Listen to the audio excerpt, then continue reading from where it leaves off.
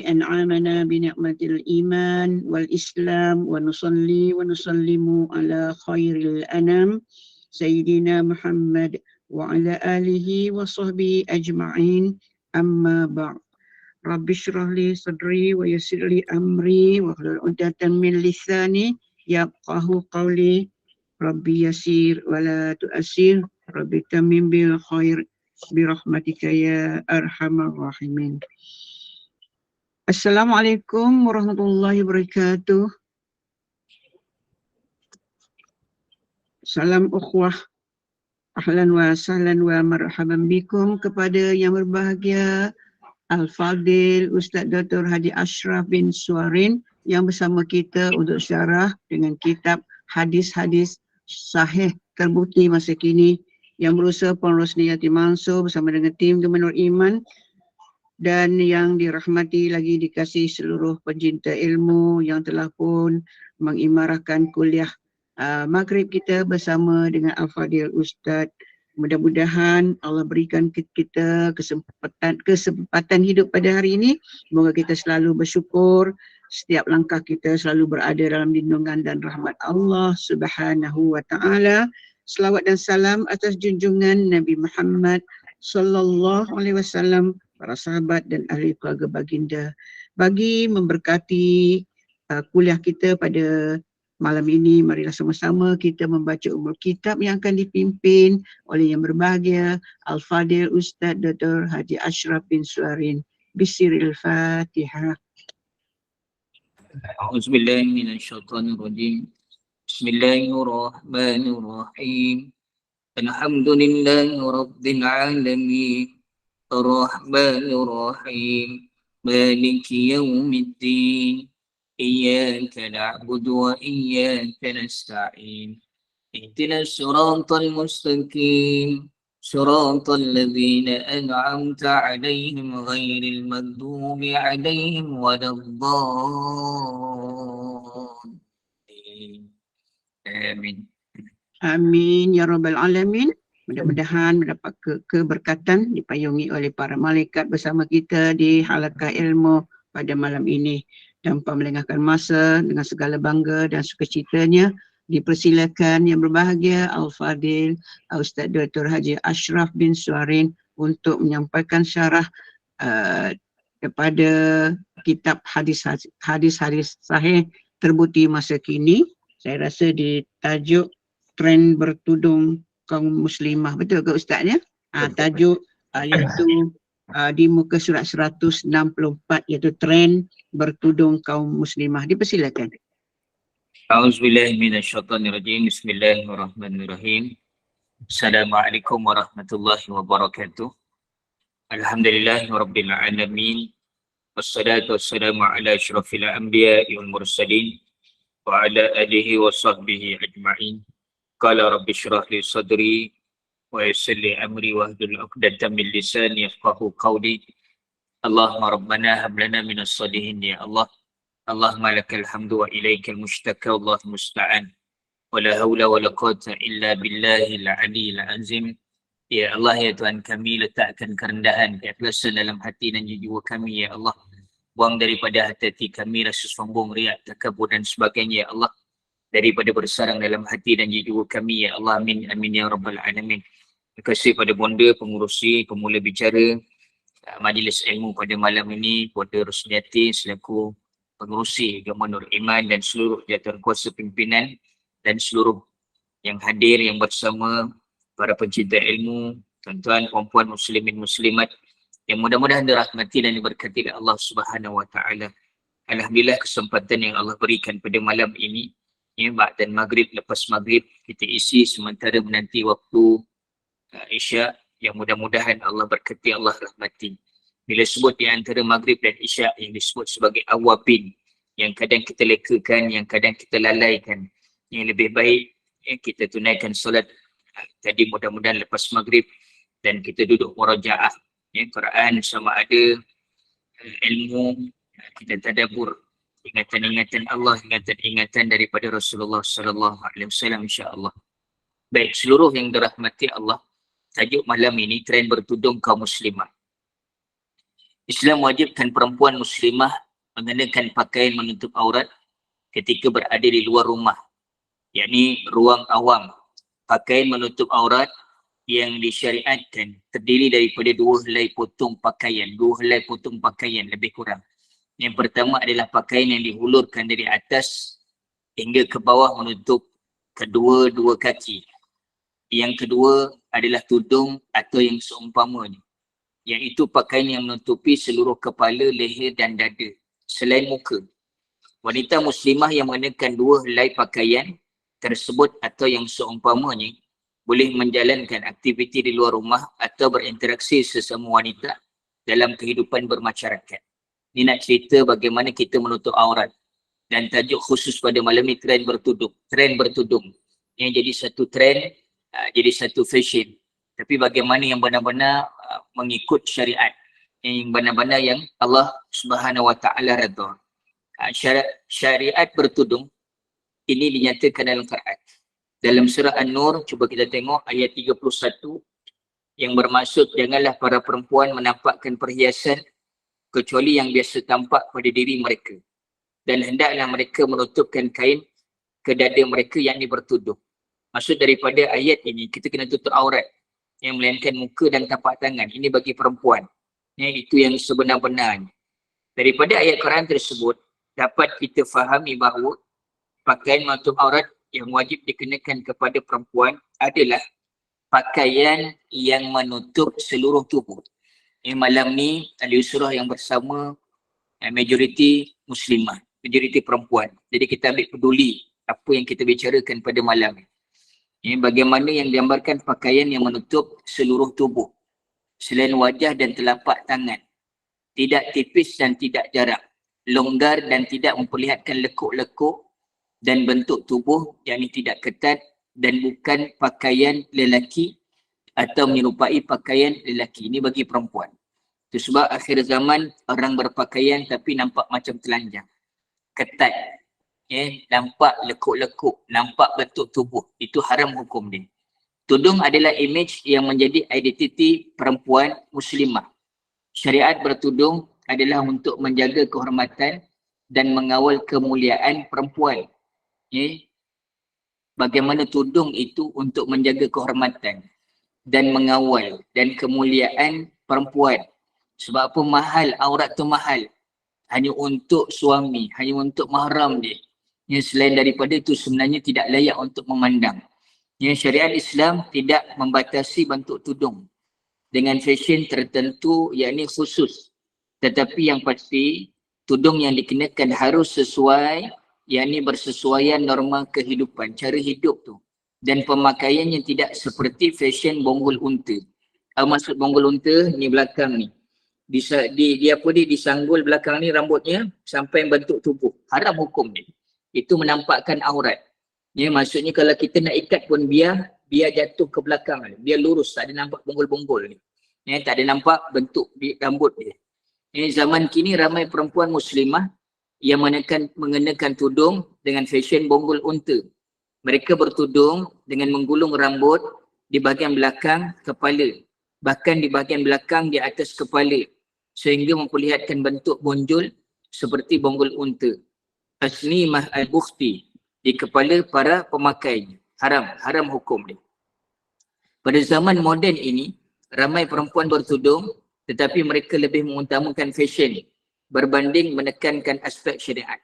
Lebih kepada fashion, bukan untuk syariat, untuk tuntutan agama, untuk redha Allah. Yang kena faham tu. Tubuh mereka memang berbalut kain, namun lekuk tubuh mereka kelihatan dengan jelas. Dan tudung yang mereka kenakan juga kelihatan ketat. Masih lagi tidak sempurna cara penutupan tu. Yang kelihatan ketat. Menampakkan ini, dia tak pakai anak tudung. Apa maksud dia, serkup apa semua nampak bentuk telinga ni. Hukum haram. Ini haram hukum dia. Tubuh mereka memang berbalut, namun lekuk tubuh mereka kelihatan dengan jelas. Dan tudung yang mereka kenakan juga kelihatan ketat. Pemakaian tudung sebagai fashion dan gaya hidup pada zaman ini menjadi meletup kerana ramai selebriti yang menjadi idola masyarakat. Selebriti pakai tudung itu lebih kepada nak berniaga, lebih kepada fashion, lebih kepada trend, tapi bukan bukan untuk mengikut syariat Islam apa yang Allah Subhanahu Wa Taala redha.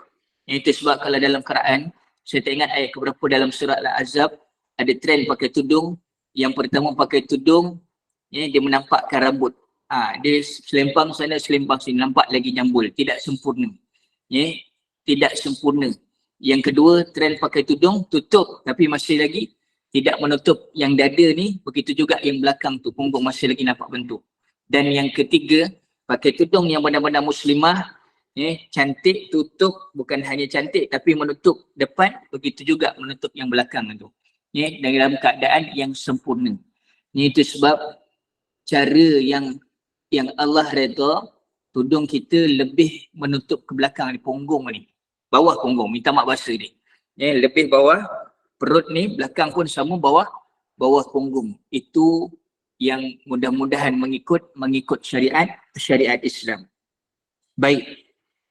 Bayangan masa kini berkaitan trend pakaian jilbab dalam kalangan kaum muslimah ini sebenarnya telah disabdakan oleh Rasulullah sallallahu alaihi wasallam dalam hadis riwayat Ahmad. Cuba kita tengok hadis riwayat Ahmad yang bermaksud akan ada di akhir zaman kaum perempuan daripada umatku yang menunggang pelana seperti mana kaum lelaki. Ini naik kuda, yang umpam gambarannya. Mereka turun di depan pintu-pintu masjid. Para perempuan itu kelihatan berpakaian tetapi sebenarnya telanjang. Di atas kepala mereka terdapat sesuatu seperti bonggol unta yang lemah gemalai. Maka terkutuklah mereka dan sesungguhnya mereka adalah perempuan-perempuan yang terlaknat. Maksudnya untuk perhatian lelaki, pakaian mereka tidak sempurna. Nampak berpakaian tapi nampak bentuk tubuh untuk ditayang, bukan mahram dia, yang tak layak untuk menengok dia. Begitu juga pakai tudung dalam keadaan menampakkan rambut dalam tu. Nampak bonggol tu, lemah gemalai. Tujuan untuk apa? Untuk memikat. Dan apa yang berlaku? Dia dilaknat oleh Allah Subhanahu Wa Taala. Nauzubillah min zalik. Ini seluruh yang bersama pada malam ini, kalau ada yang lelaki, pastikan isteri, pastikan anak-anak perempuan dalam keadaan benar-benar mengikut syariat. Subhanallah, bila kita dah pesan tapi dia masih lagi degil, serahkan pada Allah. Serahkan pada Allah. Saya ada isteri, saya ada anak-anak perempuan yang bukan mudah sebenarnya. Yang namanya ustaz bukan mudah sebenarnya. Boleh bercakap tapi ujian juga sama. Jadi seluruh yang dirahmati Allah, yang mendengar ini, yang melihat gambaran ini, yang kita bicarakan bukan sekadar ilmu, tapi ilmu tu untuk kita praktikkan. Ustaz tak ikut trend. Ustaz dalam keadaan tak cantik, maksudnya tak cantik apa semua. Bila tutup betul-betul ni macam kuno je. Biar kita dipandang kuno tapi kita dalam keadaan redha Allah. Yang hari ni masih lagi boleh bergaya. Tudung labuh tapi masih lagi boleh bergaya, tak ada masalah. Kita nak orang tengok ke kita nak Allah tengok? Kita nak Allah redha ke nak manusia redha? Hari ini kita kena banyak fikirkan apa yang Allah suka berbanding apa yang manusia suka. Subhanallah. Baik, dalam riwayat yang lain, Rasulullah sallallahu alaihi wasallam bersabda yang bermaksud, dengan baik-baik, ada dua golongan daripada umatku yang belum pernah aku lihat. Yang pertama, satu kaum yang mempunyai cambuk seperti ekor lembu yang digunakan untuk memukul orang. Zalim. Keduanya, kaum perempuan yang berpakaian tetapi telanjang, mereka berlenggang-lenggok, kepala mereka seperti bonggol unta yang miring seperti benjolan busut. Mereka tidak akan masuk syurga dan tidak akan mencium bau wangi syurga. Walaupun bau wangi syurga itu tercium sejauh jarak perjalanan sekian dan sekian. Ingat, orang yang tidak menutup aurat dalam keadaan berpakaian, tapi nampak telanjang, berpakaian nampak lagi tidak menutup aurat, bentuk tubuh tu nampak, dia tidak akan masuk syurga, bahkan cium bau syurga pun tidak. Allahu Akbar. Bayangkan dalam perjalanan jauh pun dah boleh cium bau syurga. Tapi subhanallah, Allah haramkan dua golongan ini. Digambarkan orang yang zalim, pemimpin yang zalim, dia menyiksa pimpinan dia, menyiksa rakyat dia. Begitu juga perempuan yang berpakaian tapi tidak dengan sempurna, masih lagi tidak menutup aurat dengan sempurna. Berpakaian tapi nampak macam telanjang. Na'udzubillah min zalik. Jadi seluruh yang dirahmati Allah, kita lihat hari ini berlaku tidak berlaku. Ya, pakai sendat, ketat, padat, singkat, terangkat, nampak pusat. Boleh buat pantun lagi. Ya Allah Akbar. Hari ini berlaku. Pakai tudung tapi subhanallah. Ya, nampak lagi lengan dia, tidak menutup dengan sebaiknya, tidak pakai hangsock, masih nampak lagi siku dia. Allah Akbar. Ya, jadi realiti kehidupan kaum muslimah dalam era moden ini telah berubah. Tidak suka ditemui perempuan yang bertudung demi tuntutan fashion. Apa maksud dia? Gaya hidup. Ya, nak glamour, nak follower ramai. Ya, dan bukan kerana tuntutan agama. Bertanya pada hati, ya, susahkah di zaman ini mendapati kaum muslimah yang tersasar mengikut tren tudung? Sulitkah menemui kaum muslimah yang mengenakan tudung tetapi berpakaian sendat sehingga lekuk tubuh mereka kelihatan jelas? Sesungguhnya benar syariat Rasulullah sallallahu alaihi wasallam.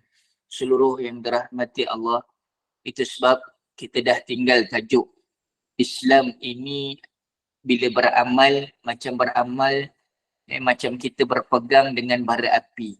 Nak istiqamah, nak tetap dalam keadaan redha Allah macam berpegang bara api. Tahan tak tahan dah. Ya, suasana agama makin dah tak ada dah. Ya, melainkan orang-orang yang kuat istiqamah ni. Ya, subhanallah.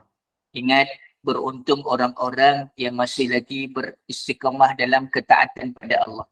Dan celaka malang orang-orang yang subhanallah tertarik dengan dunia dan meninggalkan agama untuk kepentingan dunia. Bagaimana habuan dunia yang sedikit sanggup diambil sehingga dilepaskan agama. Allahu Akbar. Jadi wallahu alam, sekadar itu untuk tajuk kita yang pertama ini. Silakan kalau ada soalan. Ada tak yang nak bertanya? Silakan jemaah kalau ada soalan untuk tajuk berkaitan yang kita baru bincang tadi. Kalau tak ada, Ustaz boleh teruskan dengan topik seterusnya. Saya harap kita bincang pelan-pelan bagi kita faham, baru kita nak lanjutkan tajuk. Jadi tajuk ni kita terus laju tapi tak ada kefahaman. Dalam keadaan kita sekadar nak cepat habis tak guna juga. Itu sebab ilmu tu kena amal, ilmu tu kena bagi faham benar-benar. Silakan. Tajuk ni bagi saya sangat penting. Assalamualaikum warahmatullahi wabarakatuh, Ustaz. Waalaikumsalam warahmatullahi wabarakatuh. Ustaz, bagi yang menjual tudung, kalau tudung yang dijual tu tak mengikut syariat, pendek ke macam mana, Ustaz? Baik. Tadi yang mengikut syariat bagaimana, macam tu juga kita jadi asbab orang beli tudung itu juga tidak menepati, kita juga dapat saham. Tidak menepati syariat, kita juga dapat saham di laknat. Jadi kena faham. Faham benar-benar, kita kena jadi asbab kepada kebaikan, asbab kepada perubahan yang baik. Tapi kalau kita sendiri cetusan kepada tak baik, subhanallah dapat saham yang tak baik. Jadi kena faham benda ni. Jual jubah, kadang dalam TikTok banyak jual jubah, tudung pun banyak. Sekadar ikut trend tidak menepati. Jadi yang faham kita belajar ini, kita kena juga jadi kepada penarik kepada perubahan, kepada ke arah kebaikan. Bila mana kita ini kepada cetusan Allah redha, insya-Allah orang tu berubah sebab kita dan dia menutup dengan sebaik-baiknya, kita juga dapat saham yang baik. Majah ada nak tanya soalan ke kat tangan? Assalamualaikum Ustaz. Waalaikumsalam warahmatullahi. Ni mak nak tanya, andai kata rambut orang tu panjang. Lepas tu dia siput tu tak adalah tinggi sangat Ustaz, kat tengah-tengah aja. Adakah itu dipanggilkan bonggol juga? Ya. Biar dia jatuh ke belakang, jangan dia bentuk macam tu. Itu tetap bonggol. Jangan nampak bentuk. Oh. Selalu macam tengok orang tu tinggi sangat, bulat tu nampak bonggol, ni macam rendah aja kat belakang, tak boleh. Rendah tak rendah tetap nampak bentuk tu Majah. Tetap haram hukum dia. Jadi dah kita bersiput macam mana? Rambut kita panjang. Itu sebab tak apalah, minta maaf bahasanya potonglah demi untuk nak cari redha Allah. Bentukkan ke bawah, lepaskan ke bawah. Itu lebih afdal. Okeylah. Okay, Ustaz, faham. Terima kasih. Ya. Hari ni minta maaf aja semua yang dirahmati Allah sangat-sangat banyak. Yang depan mata kita ni dah terlalu banyak, minta maaf saya sebut. Bila kita dah faham, kita bercerita, ini haram hukum dia, ini haram hukum dia. Ni yang tinggi ke tak tinggi ke rendah ke apa semua nampak tetap nampak bentuk tu haram hukum dia. Tapi kan kalau Dah tengok yang tinggi sangat tu dia buhnya yang lain, yang palsu. Sama lah. Tujuan untuk apa? Itu Apa tujuan dia nak buat? Tujuan nak menarik perhatian orang. Dia jadi trend. Oh cantik macam ni. Kalau kita ke Mekah, nampak orang-orang Arab macam tu. Ya, orang-orang Arab, dia balik kepada zaman dulu, zaman jahiliah yang Islam belum sampai. Okey, terima kasih Ustaz. Sama. Okey, admin yang nak tanya. Assalamualaikum Ustaz. Waalaikumsalam warahmatullahi. Ustaz, bagaimana pula ya dengan pakaian swimming muslimah? Ia mesti tight kan, sebab kalau dia longgar nanti kita masuk dalam air tu dia gelembung jadi pelampung kan. Dan satu lagi, bila kita dah masuk dalam air tu, mana ada orang nampak badan kita.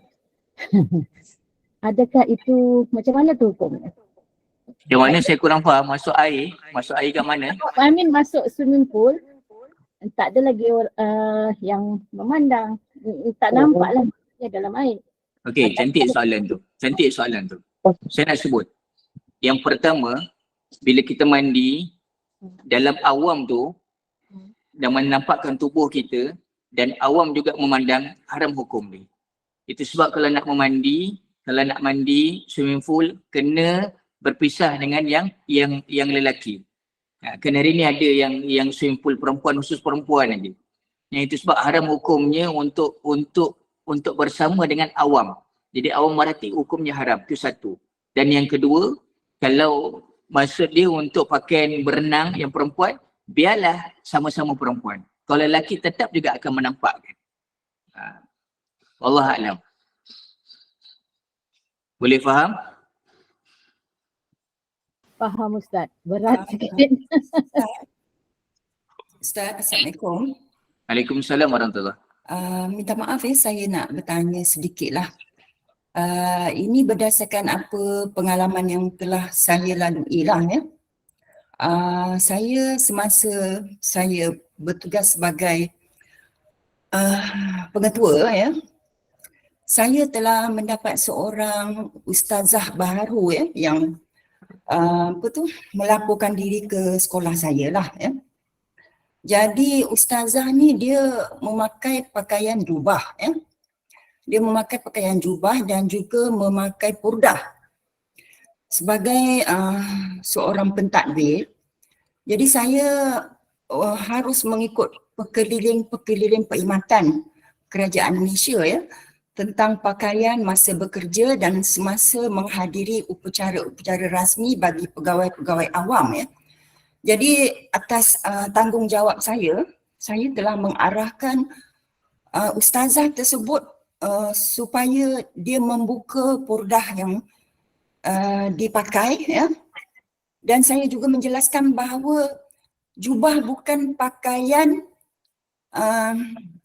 yang bersesuaian mengikut surat pekeliling Ikhtisas lah ya.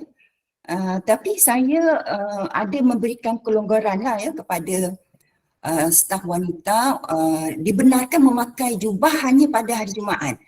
Jadi boleh tak Ustaz beri sedikit pandangan, apakah apa yang saya lakukan itu berdosa? Kerana saya sebagai penjawat awam, saya hanya mengikut arahan yang diberikan dan saya harus patuh pada pekeliling perkhidmatan. Terima kasih. Baik. Sangat cantik soalan tu. Saya faham apa yang berlaku. Isteri saya juga kerja di penjawat awam sebagai guru kan. Jadi tak salah sebagai pimpinan. Tapi yang salah itu bila mana dia menghalang untuk menutup aurat. Itu yang salah. Dan tidak wajib untuk niqab. Niqab tu bukan sunnah Nabi. Niqab itu bukan sunnah Nabi. Minta maaf. Carilah mana-mana dalil, keluarkan. Kalau ada memang tak ada. Tak ada dalil berkaitan tentang untuk niqab. Memang tak ada sunnah dan sebagainya, tak ada dalil yang menceritakan tentang pakai niqab ini. Yang ada untuk kita tutup aurat, cara bertudung, tutup betul-betul, dan pakaian juga bukan kena bersyarat berjubah, tapi kena menutup aurat yang sebenar, longgar dan tidak ketat.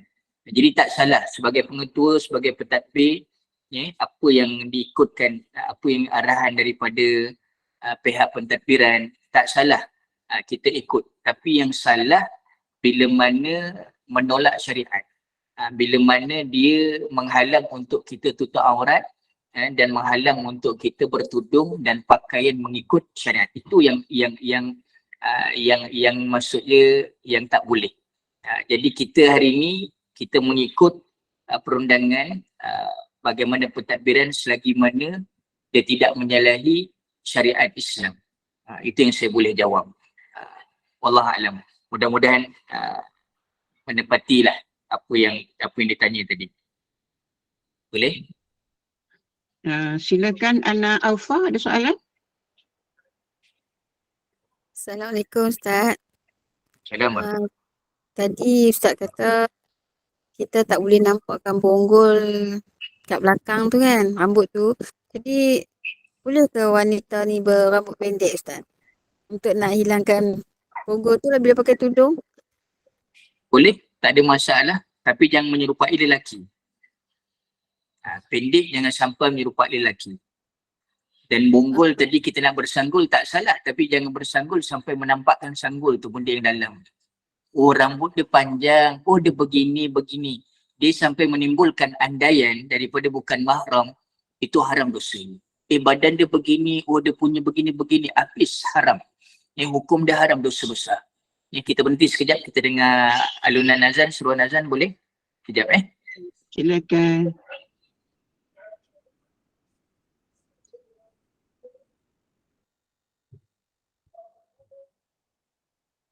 Assalamualaikum Ustaz. Sebentar ya, azan ya. Azan ya.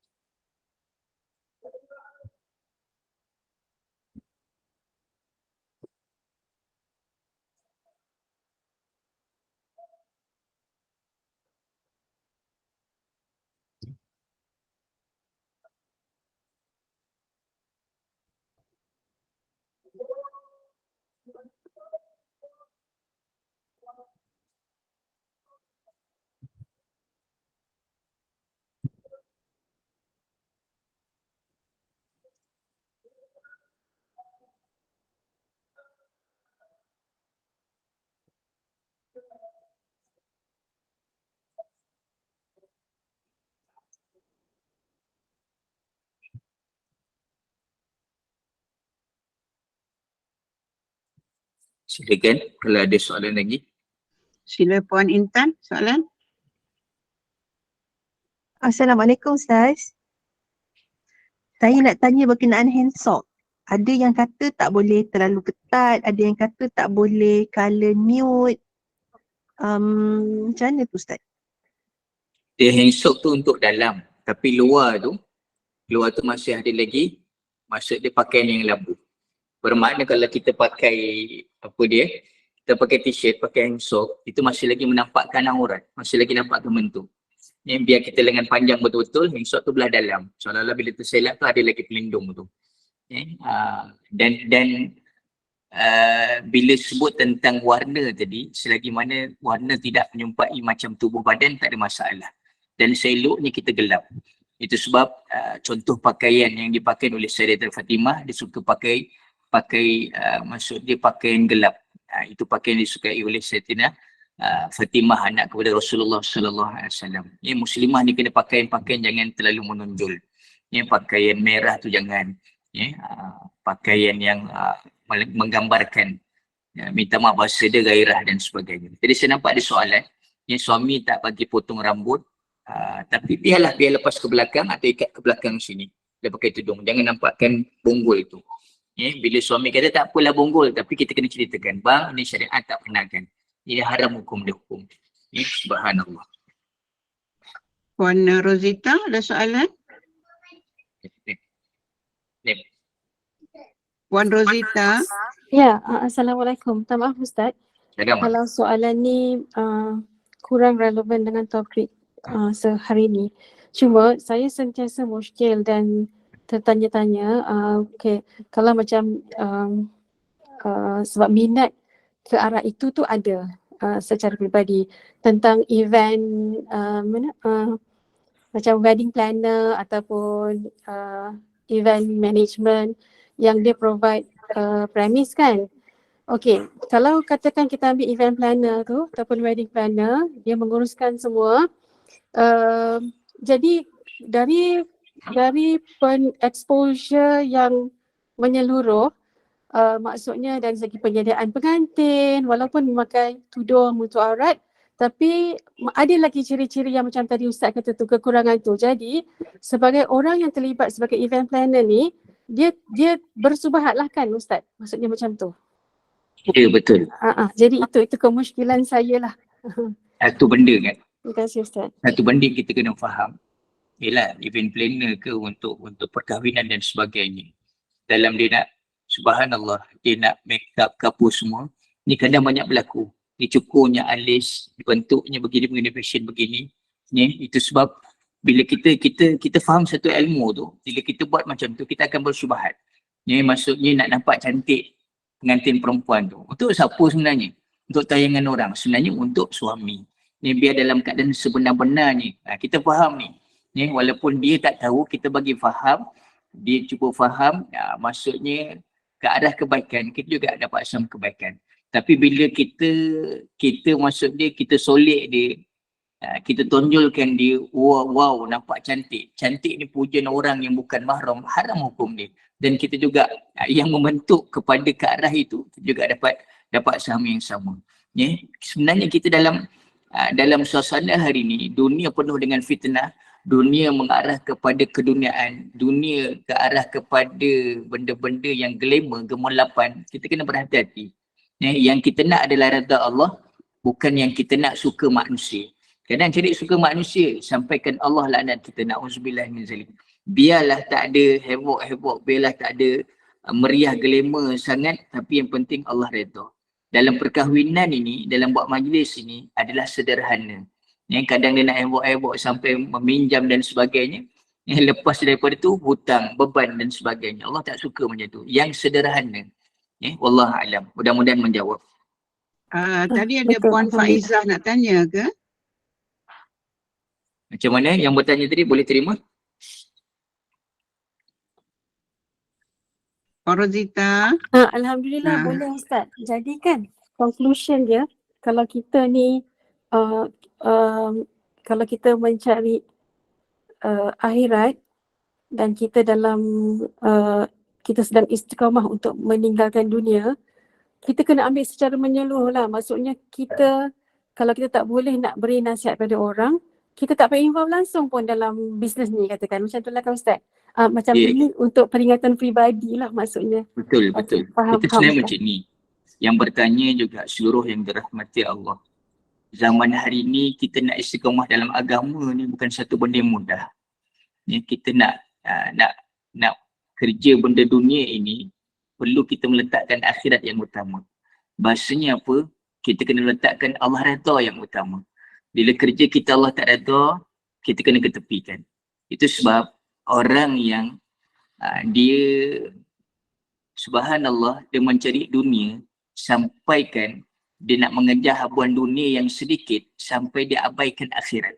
Contohlah, ya, habuan dunia bekerja sampai kena tanggal tudung, sampai kena dedah begini demi untuk RM1,200. Berbaloi tak? Tak berbaloi kita dibakar di akhirat, dibakar di neraka Allah Subhanahu Wa Taala. Macam kita nak dapat ni, ya, event begini, tapi Allah tak redha. Ya, kita abaikan akhirat sampai kita nak habuan dunia yang terlalu sedikit sebenarnya. Dan redha Allah itu kadang nampak cabarannya hebat, cabarannya besar.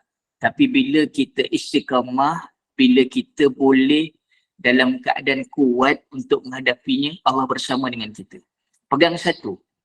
Bagaimana wa may yattaqillah yaj'al lahu makhraja. Barang siapa yang bertakwa pada Allah, Allah tunjukkan jalan keluar. Wa yarzuqhu min haitsu la yahtasib. Allah kurniakan rezeki yang tak sangka-sangka.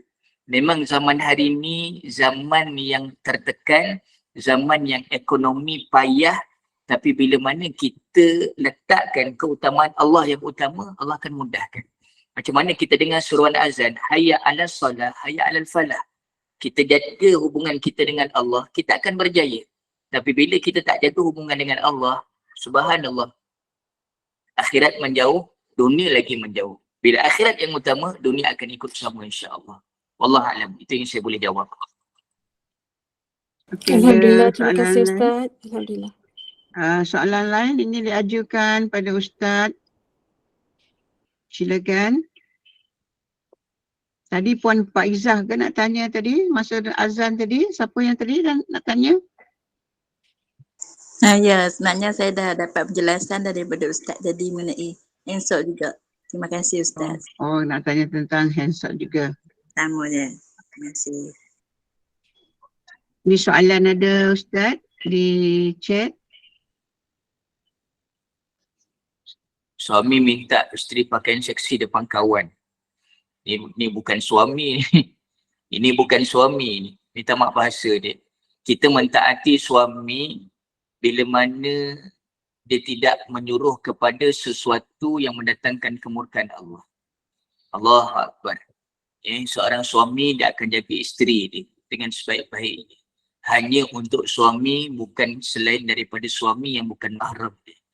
Allahu Akbar. Mudah-mudahan menjawab insya-Allah. Lagi? Ana nak tanya, silakan. Sambung soalan tadi kan. Ustaz kata boleh berambut pendek. Pendek tu sampai paras mana Ustaz? Jangan menyerupai lelaki. Jangan menyerupai lelaki. Tapi dengan izin suami lah, suami redha macam tu. Ya, kalau suami tak redha tak boleh lah. Kena minta izin dia. Terima kasih Ustaz. Sama. Ada lagi soalan berkaitan dengan topik kita pada malam ini, silakan. Mungkin ada lagi yang keliru, yang tak dapat ataupun ingin lagi kepastian, silakan. Saya nak sebut begini seluruh yang dirahmati Allah. Seorang perempuan, dia taat perintah Allah, jaga solat, dia berpuasa dengan sebaik-baiknya. Dia menjaga kehormatan, mentaati suami dia. Allah seru pada dia masuklah syurga mana-mana pintu sekalipun. Dia menjaga kemaluan, dia menjaga kehormatan. Seorang perempuan tu mudah masuk dalam syurga bila dia jaga amalan ini. Dan ingat, perempuan juga paling ramai dalam neraka, dan antara penyebab dia masuk dalam neraka, dia tidak menjaga aurat dengan sebaik-baiknya. Dia tidak menghormati suami, dia derhaka pada suami. Hari ini kita kena taati suami walaupun suami itu bukan orang yang jaga solat. Bukan orang yang soleh, bukan orang yang buat baik. Itu dia urusan dengan Allah. Tapi bila menyuruh kepada kemungkaran, kita kena ikut redha Allah dengan ikut apa yang diarahkan. Kita kena terangkan.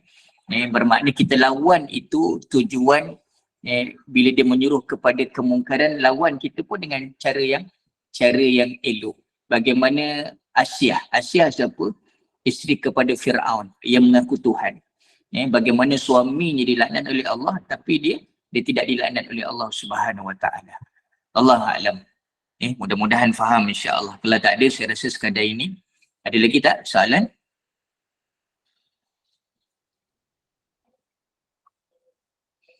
Jadi kalau tak ada, okey. Ada Ustaz, ada daripada Cik Som tu nak tanya, silakan. Silakan Cik Som. Assalamualaikum Ustaz. Waalaikumsalam warahmatullahi. Yang soalan saya yang suami suruh seksi tu, suami tu bagi tempoh kat isteri 2 minggu. Kalau isteri tu tak mau ikut dekat dia nak ceraikan isteri tu. Macam mana tu Ustaz? Maksudnya suruh apa? Suruh seksi?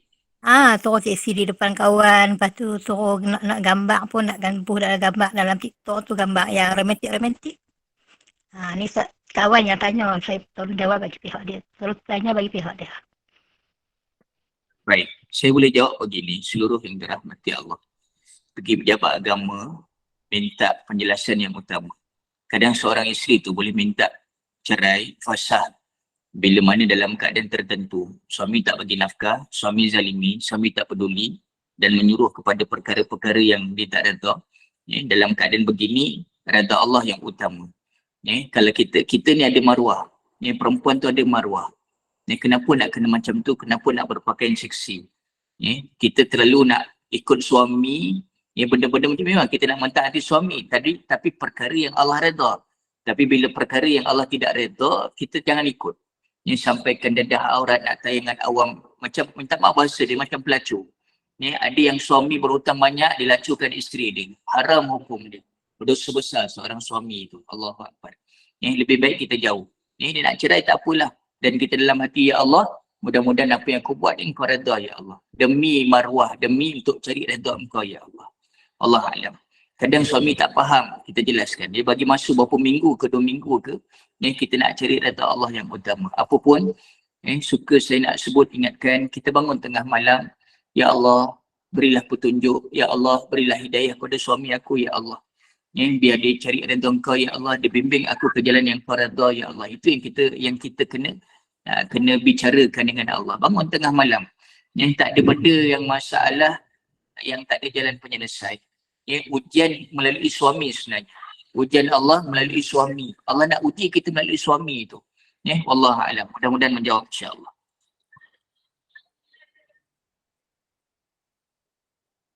Ada lagi soalan?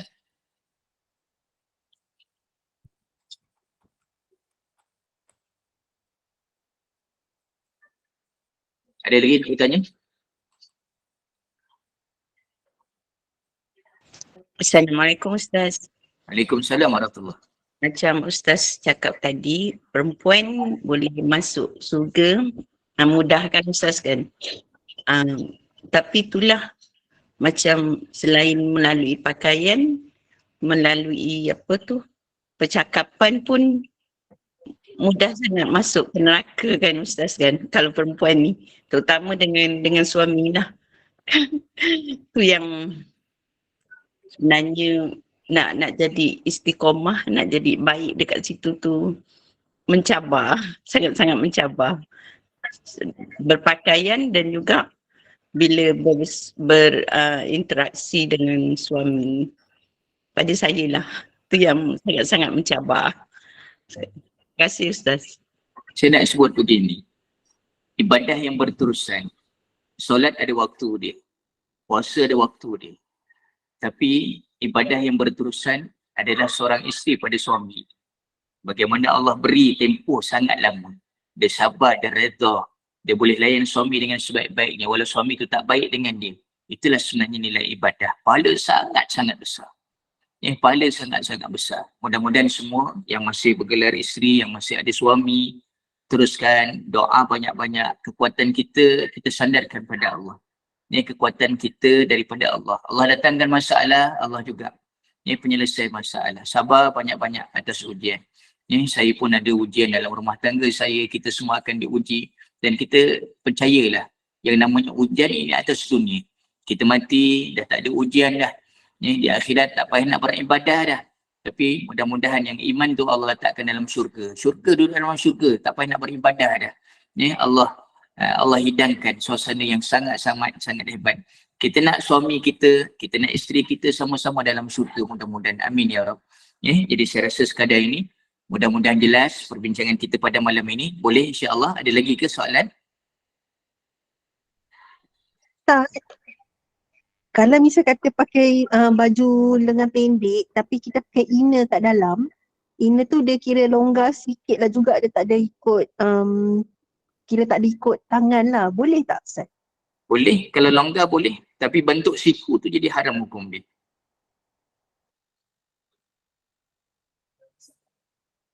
Oh tak nampak betul kalau nampak siku tu nampak. Tak, maksud dia sampai dia ketat, nampak bentuk siku tu haram hukum dia. Oh inner tu longgar. Longgar tak ada masalah. Dia kena faham, akhir zaman berpakaian tapi telanjang. Apa maksud telanjang? Bentuk tubuh tu gambarkan bentuk telanjang. Pakai jubah tapi masih lagi lenggok buntut tu, minta maaf bahasa dia, nampak lagi menampakkan lekuk-lekuk tu. Haram hukum dia. Kadang-kadang jenis kain tu yang buat nampak macam tu kan? Ya, betul. Jadi semua lebih faham lah, lebih memahami kain, jenis kain begini melekat dan sebagainya. Kadang kan pakai telekung pun, subhanallah, telekung jenis menampakkan lagi. Na'udzubillah min zalik. Okey, lagi ada soalan? Ada lagi daripada admin? Ustaz, ada lagi kalau pakai jubah tapi kain tu macam jarang lah katakan, tapi taklah jarang sangat. Maknanya kita perlu pakai petticoat dan dalam kan. Tapi biasa sekarang ni kita pakai seluar. Kalau seluar tu tak ketat lah. Tak ketat kan. Ada yang ketat tapi seluar tak ketat. Tapi macam berbayang kan shape, bukan shape lah, maksudnya berbayang lah seluar tu kan kat dalam. Okey tak? Berbayang seluar tak apa. Jangan berbayang bentuk tubuh tu. Okey. Okey, terima kasih Ustaz. Sama. Baik, kalau tak ada apa-apa. Ada lagi soalan-soalan tentang pakaian, tentang tudung, stokin. Stokin pun kalau yang nipis kan Ustaz pun tak boleh kan. Dia pakai stokin tapi jenis yang apa? Dia biar stokin tu dalam keadaan stokin tu gelap. Stokin tu gelap. Tak, sekarang ada yang pakai stokin yang nipis saja je sarung macam tu kan, nampak kulit-kulit tu nampak kan. Kena yang tebal lah maknanya. Yang tebal atau warna hitam atau warna gelap. Okey, Cik Som lagi silakan. Stokin warna kulit, boleh tak? Kalau boleh kita kena elakkan warna kulit. Kalau warna kulit tu tebal, contoh kalau warna tu warna coklat, tak menampakkan yang dalam tu, menyamai yang dalam, tak ada masalah. Saya nak sebut begini, semua yang dirahmati Allah, bila soal pakaian ini kadang kita tak teliti benda-benda macam ni. Itu sebab saya sendirilah, bukan satu benda mudah. Saya ada 2 anak dara kan, meningkat dewasa. Kadang hari-hari kita kena tegur, hari-hari kena ingatkan. Lagi-lagi yang berada di universiti, dia ikut trend, kawan dia begini-begini. Nampak malulah baba, malu begini. Kita kena keras benda-benda macam ni. Benda-benda macam ni, subhanallah, dunia mempengaruhi. Itu sebab Dajjal ni dia akan menarik orang-orang yang subhanallah, yang tak ikut syariat Islam. Dia akan tarik.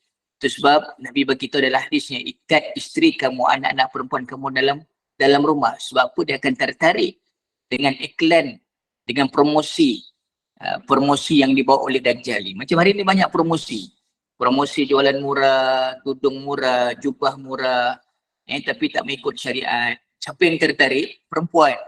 Jadi hari ni kita kena yang utama tundukkan pandangan kita, ya Allah, aku nak redha Engkau ya Allah. Allahumma la takilni ila nafsi tarfata'in wa aslih li sya'ni kullah. Hujung tu, ya Allah perbaikilah diriku seluruhnya, perbaikilah diriku seluruhnya. Biar detik hati kita sentiasa yang Allah redha. Allah alam. Ada lagi soalan?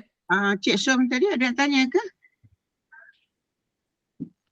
Assalamualaikum Ustaz. Waalaikumsalam warahmatullahi. Soalan di luar tajuk sikit ya.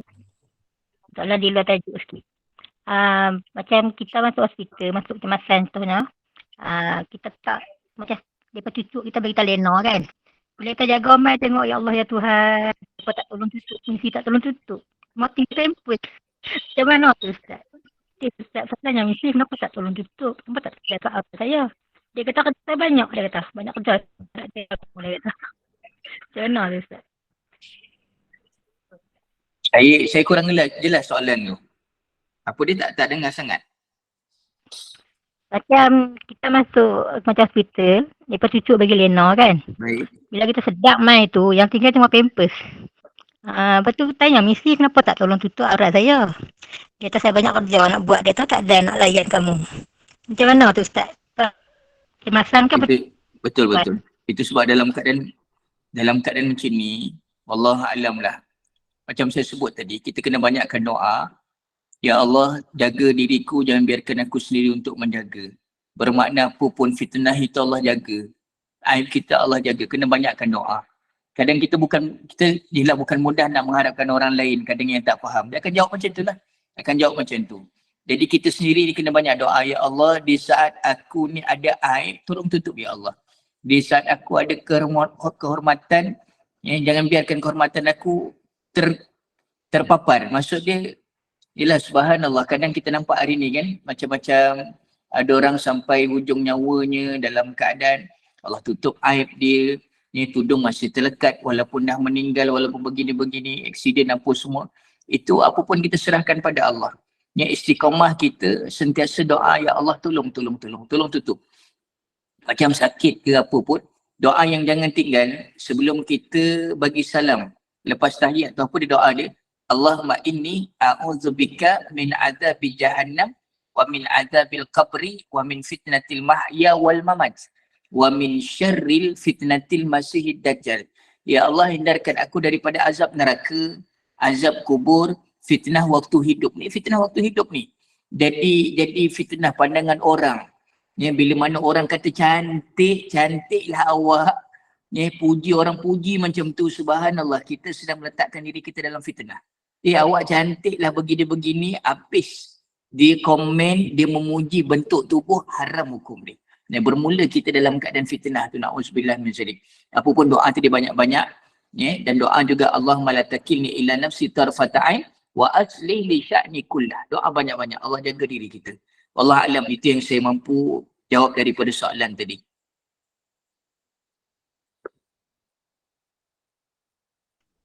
Okay, ada lagi soalan? Kalau tak ada, kita nak tutup kuliah. Mudah-mudahan Allah beri manfaat, Allah beri kekuatan untuk kita beramal, seluruh yang bersama, yang mendengar kuliah pada malam ini, insya-Allah. Mudah-mudahan Allah beri kekuatan untuk kita istiqamah. Ini bukan satu benda mudah. Ingat, kita nak cari redha Allah. Kita takut kita dibakar di neraka. Hari ini biarlah kita terbakar, umpamanya kita dengan berkelupung, pakai tudung, terbakar, maksudnya kita berpeluh panas. Biarlah panas itu untuk cari redha Allah. Daripada panas kita di akhirat dibakar nanti, na'udzubillah min zalik. A'udzubillah minasyaitanirrajim. Bismillahirrahmanirrahim. Alhamdulillahirabbil alamin. Wassalatu wassalamu ala asyrafil anbiya'i wal mursalin wa ala alihi wa sahbihi ajma'in. Ya Allah, ya Rahman, ya Rahim, berkatilah perhimpunan kami pada malam ini, ya Allah. Rahmatilah kami seluruhnya, ya Allah.